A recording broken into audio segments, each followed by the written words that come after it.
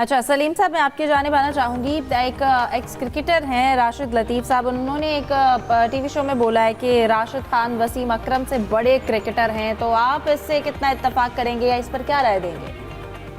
देखें, ये राशिद साहब की अपनी राय है, लेकिन मैं ये कहता हूँ कि वसीम अकरम ना सिर्फ पाकिस्तान बल्कि दुनिया के जो चंद बेहतरीन ऑलराउंडर्स गुजरे हैं उनमें से एक हैं।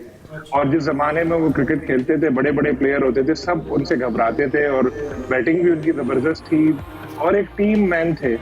आप बार बार जिक्र होता है 1992 का वर्ल्ड कप और उनकी बॉलिंग। उसके बाद भी अगर हम देखें तो 2 Ws की जोड़ी मशहूर हुई थी, वसीम अकरम और वकार यूनुस की। तो राशिद भाई के वसीम अकरम से थोड़े से वसीम भाई इन लोग के रिलेशन अच्छे नहीं है शुरू से ही ना। हो सकता है इस तनाजुर में उन्होंने ना कही हो, लेकिन ये है कि कहीं ना कहीं एक ऐसा है कि जब आपको याद है एक जमाना 90s का, जब बहुत ज्यादा फिक्सिंग और इस तरह की चीजें आई थी, एक दूसरे पे इल्जाम चलते थे, तब से इन लोगों के ताल्लुकात थोड़े खराब हुए थे। नो डाउट राशिद खान बहुत अच्छे ऑलराउंडर है, लेकिन वसीम अकरम कहाँ, राशिद खान कहाँ। हाँ, अगर 10 साल 15 साल राशिद इसी तरह परफॉर्म करते रहे, 15 तो बहुत है, 10 साल भी कर लिया और इतनी विकेटें ले लें वसीम अकरम के बराबर, इतने ही रन बना ले, तो फिर ये कहा जा सकेगा कि हाँ जी उनसे बड़े। इस वक्त तो वसीम अकरम बहुत आगे। ठीक है जाहिद साहब, आप इस हवाले से क्या कहेंगे? और इसके साथ साथ हरभजन सिंह की जानिब से कहा गया है कि भारतीय टीम वैसे तो जीतेगी और सिर्फ उन्हें फ़खर ज़मान से थोड़ा मोहतात रहने की ज़रूरत है। देखिए, वसीम जो है ना, वसीम अकरम क्योंकि बहुत ज़्यादा मैचेस खेल चुके हैं। उस वक्त T20 तो होते नहीं थे, टेस्ट मैचेस थे, वनडे मैचेस थे, और वनडे में ये पहले बॉलर हैं जिन्होंने 500 विकेटें ली हैं।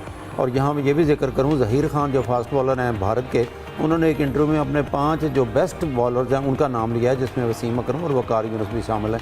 बाकी उन्होंने मैकग्रा को पसंद किया है, डेल स्टेन को पसंद किया है और चमिंदा वास को श्रीलंका।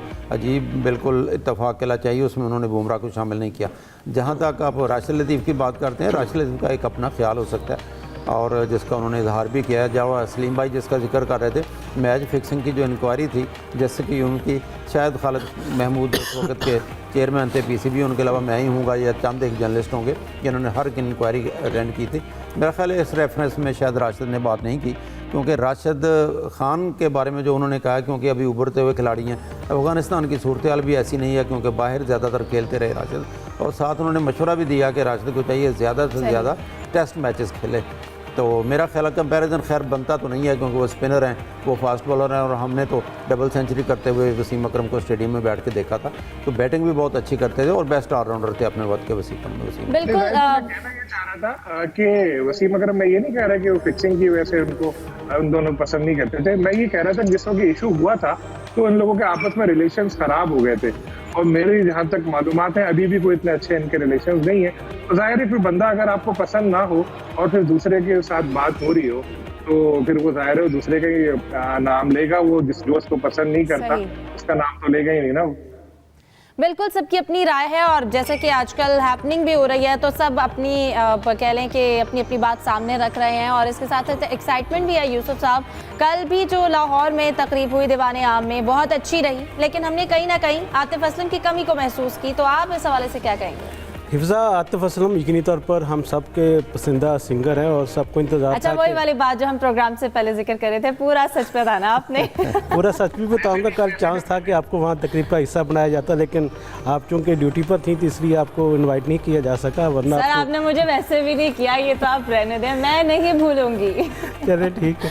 अच्छा, आधा सच ये है कि आतिफ असलम वहाँ परफॉर्म नहीं किया, सबको इंतज़ार था कि परफॉर्म करना चाहिए था उनको, और पूरा सच ये है कि तकरीब बहुत अच्छी थी। रेड कारपेट बिछाया गया था, हजूरी बाग में दीवाने आम में ये तकरीब रखी गई थी। शानदार इंतजाम थे जिस तरह के होने चाहिए मेगा इवेंट के हवाले से। इसमें जितने भी हमारे 2017 के जो टीम अरकान थे जिन्होंने चैम्पियन ट्रॉफी जीती थी, उसके वो अरकान को मदऊ किया गया था। सब क्रिकेटर्स भी थे, PCB के सब चेयरमैन भी थे। जो एम्बेसडर्स हैं ICC चैम्पियन ट्रॉफी के, जेपी डोमनी, टम सऊदी और सरफराज अहमद, ये भी वहाँ पर थे, उनसे बातें भी वहाँ पर हुई काफ़ी सारी। और जहाँ तक आपने जिक्र किया आतिफ असलम का, तो आतिफ असलम वहाँ आए थे। अच्छा, हाँ, पूरा सच ये है कि तकरीब का जो टाइम था वो 6 बजे का था। रेड कारपेट के लिए तकरीब में शुरू होना था 7 बजे।